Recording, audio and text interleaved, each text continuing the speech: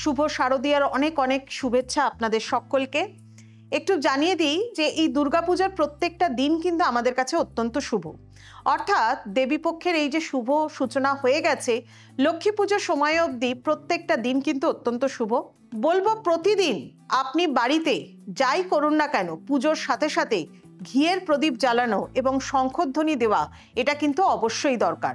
কারণ শঙ্খধ্বনি মানেই হচ্ছে আপনার চারপাশে যে ব্যাকটেরিয়া ফর্মেশন হয়েছে, সেই ব্যাকটেরিয়া ফর্মেশন কিন্তু সাউন্ড ভাইব্রেশনের মাধ্যমে কিন্তু একদম দূরে সরে যায়, অর্থাৎ পুরোপুরি ধ্বংস হয়ে যায়।